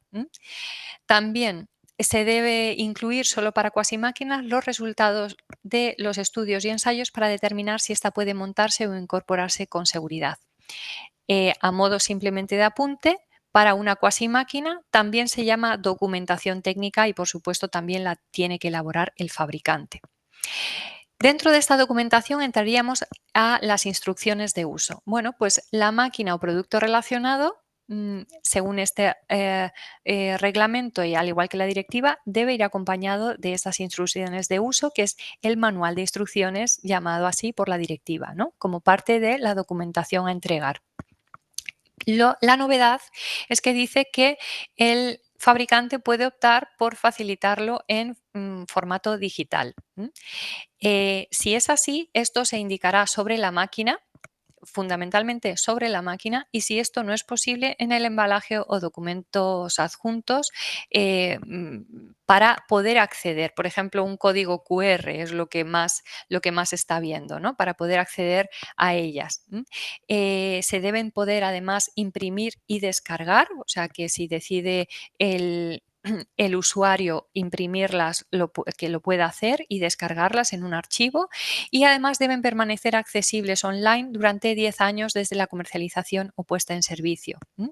El usuario además puede solicitarlas en formato papel en el momento de la compra y el fabricante va a tener el plazo máximo de un mes para poderlas entregar sin ningún coste añadido. Esto también es aplicable para las instrucciones de montaje de las cuasimáquinas. Ahora, seguimos, el siguiente paso sería definir si la máquina que vamos a comercializar está dentro o no del anexo 1, quiere decir dentro de las categorías de máquinas consideradas de alta peligrosidad. Bueno, pues como novedad, la Comisión Europea tiene la potestad de evaluar si existe un riesgo potencial inherentemente grave en determinados productos y así añadirlos a esta lista de máquinas de alta peligrosidad de acuerdo a su naturaleza, a la naturaleza de los peligros inherentes, a la gravedad del daño y al número de personas potencialmente afectadas por el daño, ¿no? Como os decía antes, estas categorías antes era simplemente un único listado, ahora se han dividido en dos, la parte A, entre otros, no os he puesto todo lo que incluye, pero sí aquello que más me ha llamado la atención, estarían dispositivos amovibles de transmisión mecánica, incluidos sus resguardos. Estos dispositivos amovibles de transmisión mecánica ya estaban incluidos en el listado de anexo 4 de la Directiva de Máquinas, al igual que esos resguardos que se pueden comercializar por separado de estos dispositivos amovibles. También están incluidas las plataformas elevadoras para vehículos y, como novedad, se han añadido esos componentes de seguridad con comportamiento total o parcialmente evolutivo, que incluyen, por supuesto, aprendizaje automático, inteligencia artificial y también máquinas que incorporen este tipo de sistemas. Esto es lo que me ha parecido más interesante. Y ahora en la parte B, pues podemos encontrar todo lo demás que aparecía en el listado de anexo 4 de la directiva, como por ejemplo sierras circulares para madera. Bueno, de hecho aquí hay muchas de las máquinas o la gran mayoría de máquinas del sector de la madera. Pero también podemos encontrar prensas, incluidas las plegadoras para trabajar metales en frío o, por ejemplo, aparatos de elevación de personas o de personas y materiales con peligro de caída vertical superior a 3 metros. ¿Vale? Estructuras ROPS y FOPS, los bloques lógicos para desempeñar funciones de seguridad, todo esto también están incluidos en la parte B. ¿Vale? Así es que el fabricante lo que tiene que hacer es ver si el producto que va a comercializar, incluido dentro del ámbito de aplicación del reglamento, está incluido en la parte A o en la parte B de este anexo 1. Bueno, pues una vez que ha visto si están incluidos o no dentro de ese anexo 1, si es que no, aplicaría el procedimiento de evaluación de conformidad de control interno de producción, que es el que conocemos todos como la autoevaluación, ¿no? Es una autoevaluación o autocertificación en el que el fabricante, bueno, pues por su proceso productivo lo que hace es certificar a través de la declaración C de conformidad de que su máquina cumple con los requisitos esenciales de seguridad y salud y además la documentación técnica que acompaña a la máquina, quiero decir, que va asociada a la máquina, no que la acompaña porque no tiene la obligación de entregarla al usuario. Esa documentación técnica o expediente técnico conocido por la Directiva de Máquinas realmente refleja fielmente el diseño y las partes de seguridad de esa máquina. Entonces, si la máquina o producto relacionado sí está incluido en anexo 1, entonces es cuando debemos preguntarnos si está incluido dentro de esa parte A. Si no está incluido dentro de la parte A, que como podemos intuir es la que nos exige mayor nivel de seguridad, digamos, si es que no, es porque estaría incluido en la parte B. Entonces, lo que marca la diferencia si está incluido en la parte B es si el fabricante ha utilizado o no normas armonizadas para el diseño de su máquina para cumplir con todos los requisitos esenciales de seguridad y salud. Sabéis que si alguno de los requisitos ha recurrido a otra norma que no sea armonizada, tendremos que entender que no ha recurrido a normas armonizadas. O sea, para entender que ha recurrido a normas armonizadas quiere decir que ha recurrido a normas armonizadas para responder a todos los requisitos esenciales de seguridad y salud que le son de aplicación a su máquina o producto relacionado. Si es que es así y ha recurrido a normas armonizadas, podría hacer una autocertificación, como hemos dicho antes, como si no estuviera dentro de anexo 1. Ahora, si es que no, entraríamos a necesitar a un organismo notificado. Al igual que si la máquina está incluida en la parte A del anexo 1, que independientemente de si se hayan adoptado por el fabricante normas armonizadas o no, se va a tener que recurrir a un organismo notificado. Ahora bien, hay tres opciones como procedimientos de evaluación de conformidad diferentes. El primero es el examen UE de tipo, que es lo mismo que conocíamos en la Directiva de Máquinas como examen C de tipo, que es un prototipo, se entrega al organismo notificado que puede hacer las pruebas que considere necesarias sobre ese tipo o sobre ese prototipo y para asegurarse de que cumple con los requisitos esenciales de salud y seguridad y además le entregaríamos la documentación técnica para que ese organismo notificado compruebe que que la documentación técnica refleja fielmente el tipo o el prototipo, ¿no? Además de eso, de ese módulo B de examen UE de tipo, el fabricante pasaría ese control interno de producción en el que a través de una declaración C de conformidad declara que su máquina cumple con los requisitos esenciales de seguridad y salud bajo el amparo del reglamento y que además ha intervenido un organismo notificado. Ahora sí que existe la obligación de identificar dentro de la declaración UE de conformidad cuál ha sido el procedimiento de evaluación de conformidad utilizado, identificándolo, ¿no? Entonces, en este caso, a la hora de llevar a cabo por parte del organismo notificado el examen UE de tipo, este organismo notificado emite un certificado como que está conforme el tipo a los requisitos esenciales de seguridad y salud. Ese certificado tiene un plazo máximo de validez de 5 años. A los 5 años es necesario otra vez revisarlo por el avance de la técnica, ¿no? Para poderlo actualizar a todo ese avance, el estado de la técnica actual. ¿Vale? Así es que el fabricante puede comercializar a lo largo de ese tiempo que le dé el organismo notificado, pues máquinas que respondan a ese prototipo.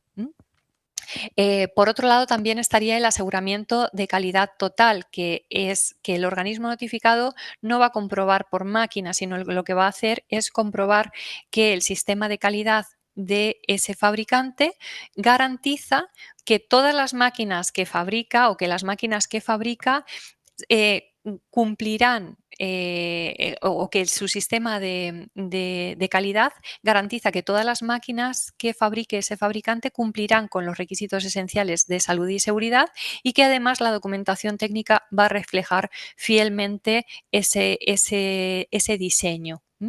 Bueno, en este caso el fabricante va a tener que redactar también la declaración UE de conformidad, va a tener que reflejar cuál es el organismo notificado y va a tener que reflejar, por supuesto, el procedimiento de evaluación de conformidad que ha seguido.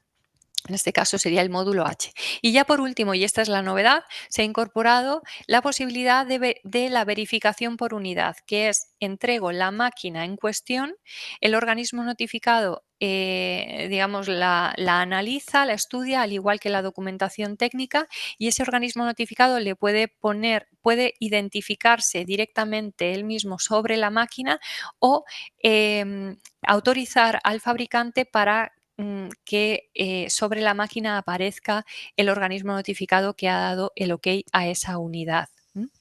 Así es que, bueno, pues esas serían las opciones de procedimientos de evaluación de conformidad de acuerdo a las categorías establecidas en el reglamento. Una vez que hemos pasado el procedimiento de evaluación de conformidad, ya estaríamos en la última parte, que sería redactar ya la declaración UE de conformidad, ¿no? Entonces, esto no ha variado, la máquina debe ir acompañada de esa declaración UE de conformidad, pero no quiere decir que vaya acompañada físicamente por ella. Puede optar el fabricante por facilitar una dirección de Internet o un código por máquina en las instrucciones de uso que le permita al usuario descargarse la declaración UE de conformidad. Debe estar disponible al menos 10 años desde su comercialización o puesta en servicio, ¿no? Este es el contenido, entre otros. Por supuesto, no lo he puesto todo, pero hay novedades interesantes dentro de lo que es la declaración UE de conformidad, y es que se añade lo de la declaración UE de conformidad para máquina sustancialmente modificada. Lo veis ahí, que lo he puesto en negrita en la primera línea. Así es que cuando modifiquemos una máquina de forma sustancial, por supuesto, deberemos hacer la declaración UE de conformidad, pero debemos indicar que se trata de una máquina que se ha modificado y, por tanto, esta declaración UE de conformidad lo que está diciendo es que la máquina está conforme a los requisitos esenciales de seguridad y salud en la parte que nosotros hemos modificado. No estamos hablando de la totalidad de la máquina, con lo cual es muy, muy interesante, ¿no? Otra cosa interesante es que para máquinas de elevación de instalación permanente se debe incluir la dirección de instalación. ¿Y esto por qué era? Porque en algunos casos el fabricante y el instalador no coincidían, no eran la misma entidad, la misma empresa.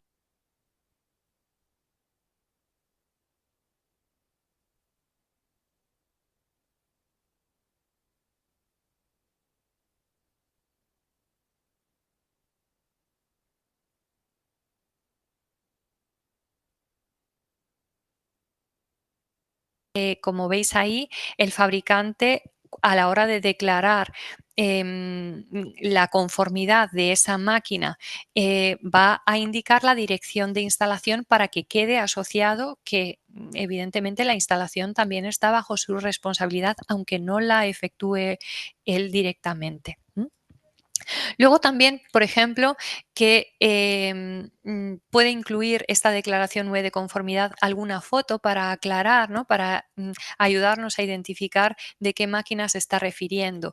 Y como ya había adelantado antes en los procedimientos de evaluación de conformidad, se debe indicar el organismo notificado si es que ha intervenido algún organismo notificado y el procedimiento de evaluación de conformidad que se ha seguido, ¿no? Y, por supuesto, si no ha intervenido un organismo notificado, en su caso, la declaración de que la máquina está sujeta al módulo A, que era el módulo de autocertificación que decíamos antes. En cuanto a las cuasimáquinas, nada, simplemente comentar que esto sería la declaración UE de incorporación, no de conformidad. Las cuasimáquinas, como sabemos, no son máquinas totalmente terminadas y por tanto no llevan marcado CE, pero sí llevan declaración UE de incorporación. Y bueno, simplemente que se debe añadir un párrafo en el que se especifiquen los requisitos esenciales que se han aplicado y cumplido, que se ha elaborado la documentación técnica y en su caso una declaración de conformidad de la cuasimáquina con otra legislación de armonización dentro de la Unión, ¿no? También las referencias a normas armonizadas o especificaciones técnicas adoptadas por la Comisión, como hablábamos antes, por supuesto también le pueden ser de aplicación a las cuasimáquinas, y añadir dentro de la declaración UE de conformidad el compromiso de transmitir en respuesta a un requerimiento de las autoridades la información pertinente, ¿no? Ya por último sería cuando el fabricante colocaría ese marcado CE, ¿no? Ese marcado CE que, bueno, pues eso no es una novedad, pero sí que como novedad aparece que el fabricante puede indicar o debe indicar su nombre comercial o marca, también puede indicar o debería indicar la dirección postal única o una dirección web o una dirección de contacto digital, que en este caso, bueno, pues entendemos que es un correo electrónico, pero el texto pone contacto digital, ¿no? Entonces, bueno, pues vamos a interpretar que es un correo electrónico. Dentro de lo que es la colocación del marcado, bueno, pues irá seguido con el número de identificación del organismo notificado, que será colocado por él mismo dependiendo del procedimiento de evaluación de conformidad, como ya hemos hablado, en el caso de verificación por unidad, o por el fabricante siguiendo sus instrucciones, ¿no? Si es que este organismo notificado le autoriza al fabricante, en caso de que haya intervenido un organismo notificado en este procedimiento, ¿no? Y podrá ir seguido de un pictograma o cualquier otra marca que indique un riesgo o uso especial. Bueno, pues esto es como novedad.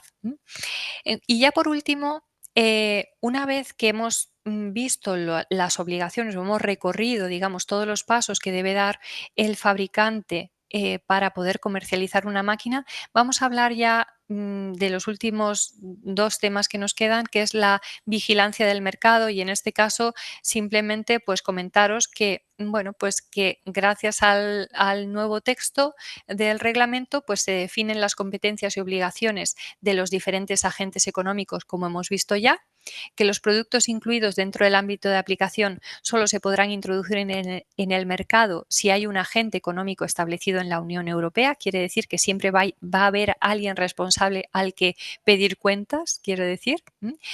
Y luego que para facilitar la comunicación entre agentes económicos y usuarios, los primeros deberán facilitar, como os comentaba antes, sitio web, dirección de correo electrónico u otro contacto digital, además de la dirección postal. O sea que quiere decir que los agentes económicos deben estar muy bien identificados por parte de los usuarios para que estos puedan poder comunicarse ante cualquier situación, ante cualquier anomalía observada en la máquina, ¿no? Se establece además un papel activo de colaboración tanto de importadores como de distribuidores con las autoridades competentes, como os comentaba antes, ¿no? que se les exige dentro de sus obligaciones de si detectan alguna anomalía, tanto en el cumplimiento de los requisitos esenciales de salud y seguridad como en la documentación que va asociada a la máquina, deben ponerlo en contacto de las autoridades competentes, así como de los fabricantes. Además, se garantiza la trazabilidad de los productos al obligar a los agentes económicos intervinientes a conservar la información sobre las transacciones realizadas durante un tiempo, ¿no? Y bueno, ya por último, hablar de los plazos, ¿no? Que es interesante también saber con cuánto tiempo disponemos para ponernos al día de todo esto. Bueno, pues el reglamento se publicó el 14 de junio de 2023 y entró en vigor 20 días después de su publicación. Pero una cosa es que entre en vigor y otra cosa es que sea totalmente aplicable. Va a ser totalmente aplicable desde el 14 de enero de 2027. Y ¿por qué digo va a ser totalmente aplicable? Bueno, pues porque hay algunos artículos que han entrado ya en vigor, otros que están a punto de entrar en vigor, pero todo lo que afecta directamente al fabricante no va a ser aplicable hasta el 14 de enero de 2027. Así es que si sois fabricantes, bueno, tenemos un margen de tiempo, un poquito ya menos de 3 años para ponernos al día con todos los requisitos esenciales de, seguridad de salud y seguridad. Muy importante con esto y lo he puesto aquí porque, bueno, pues nos preguntan muchas empresas, ¿no? Si ellos ya pueden directamente empezar a aplicarlo de forma voluntaria antes de esta fecha, ¿no? Por ejemplo, entregando declaraciones UE de conformidad ya a sus empresas clientes, añadiendo la información que se necesita conocer, todo esto. Bueno, pues simplemente adelantaros que no se puede aplicar antes de forma voluntaria. Hasta ahora está en vigor el articulado de la Directiva 2006/42 y debemos seguir aplicándolo hasta esta fecha, hasta esta nueva fecha, ¿no? Como os decía, algunos artículos han entrado ya en vigor. Por ejemplo, el artículo 6.7 referido a categorías de máquinas y productos relacionados incluidos en la lista de anexo 1 y la gestión por parte de la Comisión en cuanto a la inclusión dentro o la modificación o pasar una máquina de la parte A a la parte B o de la parte B a la parte A o quitarla o incluirla, toda esa gestión de la Comisión está en vigor a partir del 13 de julio de 2023, ¿no? También el artículo 52 sobre disposiciones transitorias que hablan de vigilancia del mercado y procedimientos de salvaguardia entró ya a partir del 13 de julio de 2023. El artículo 50.1 sobre sanciones, en el que se establece que los Estados miembros deben establecer un régimen de sanciones, ya entró en vigor a partir del 14 de octubre de 2023. Este régimen de sanciones, lógicamente, tienen que ver con el incumplimiento de alguno de los puntos de los requisitos esenciales de seguridad y salud o alguno de los puntos dentro de los artículos, dentro del articulado del reglamento. Y el capítulo 5 de notificación de organismos de evaluación de conformidad, o sea, lo que tienen que cumplir estos organismos de evaluación de conformidad, todos estos aspectos para constituirse como organismos de evaluación de conformidad y cuáles son sus competencias, bueno, pues entró en vigor a partir del 14 de enero de 2024. Pero como os adelantaba antes, para los fabricantes no entrará hasta el 14 de enero de 2027. Y bueno, con esto yo creo que me he pasado 2 minutos de la hora. Espero que bueno, que os haya resultado interesante.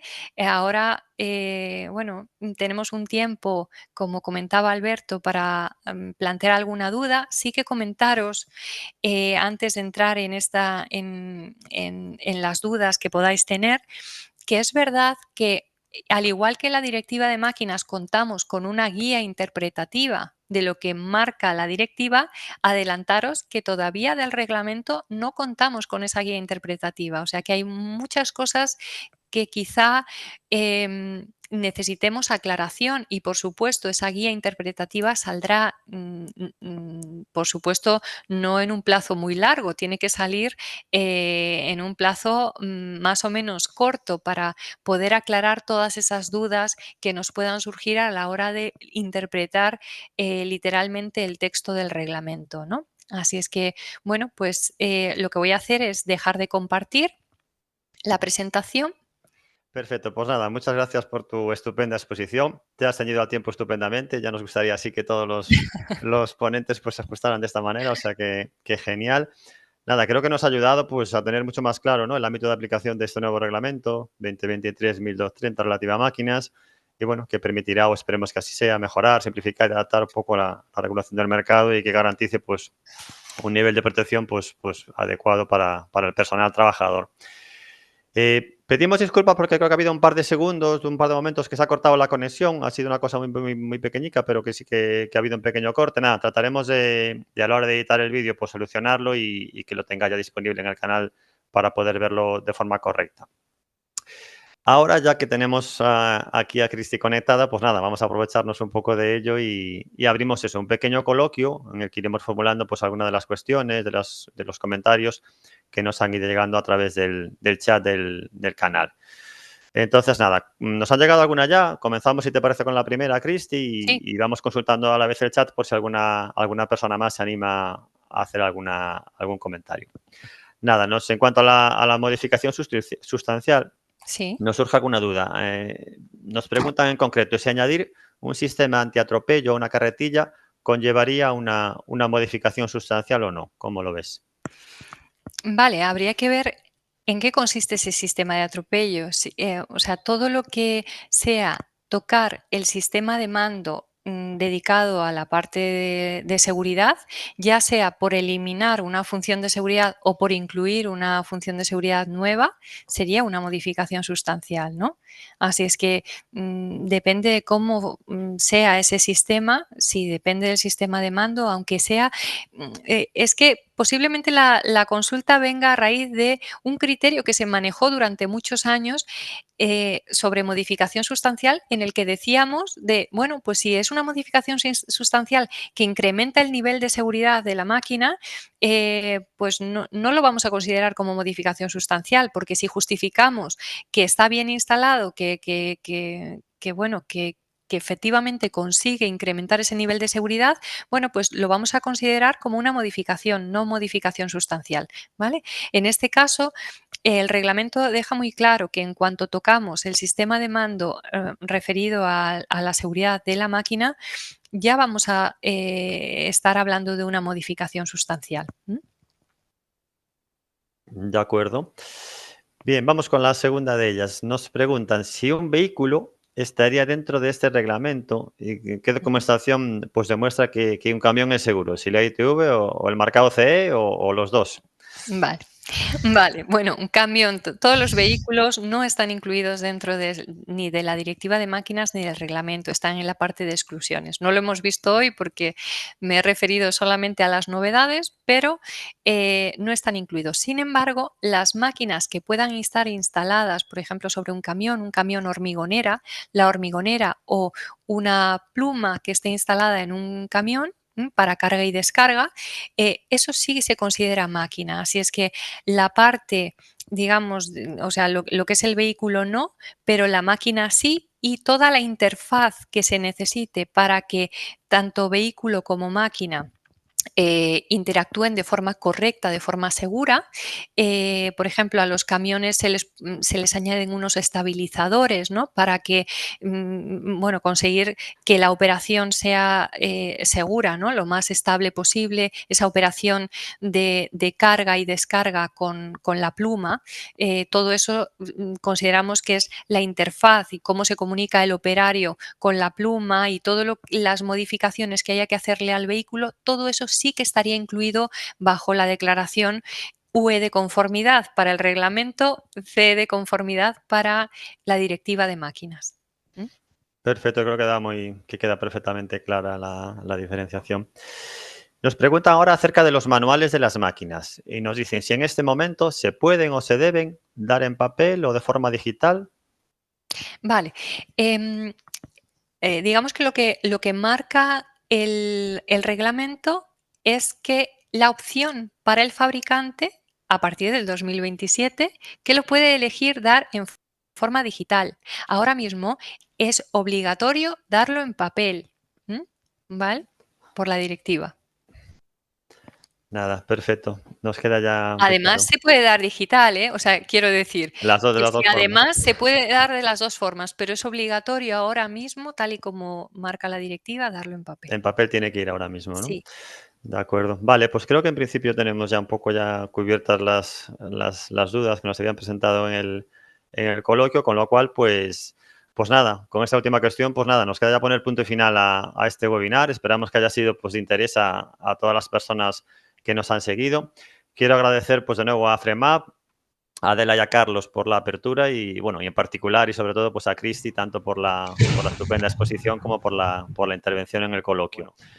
No es esta la primera vez que tenemos el privilegio de poder contar con Cristi, como nos indicaba Carlos al principio, en una de nuestras actividades formativas. Estoy convencido y espero que no va a ser la última, ya sea telemáticamente o en alguno de nuestros centros territoriales del ISGA, si alguna de las siguientes veces le apetece pues acercarse a Galicia a visitarnos. Así que bueno, yo muchísimas reiterar gracias. mi agradecimiento y dar las gracias a todos los que están al otro lado bueno, pues por esa atención que me habéis brindado durante este tiempo y espero de verdad que os haya resultado interesante y clarificador, ¿no? Nada, seguro que sí, no tengas ninguna duda. Gracias, Cristi. Pues Muchas nada, ya gracias. para finalizar, pues nada, informaros que el próximo webinar que realizaremos será sobre prevención de trastornos musculoesqueléticos en puestos de trabajo con carga física, que será el próximo 25 de junio y del que tenéis más información pues en nuestra página web. Nada máis, graciñas a todos pola vosa asistencia, que teñades un bo día e unha feliz semana. E ata a próxima. Bo día.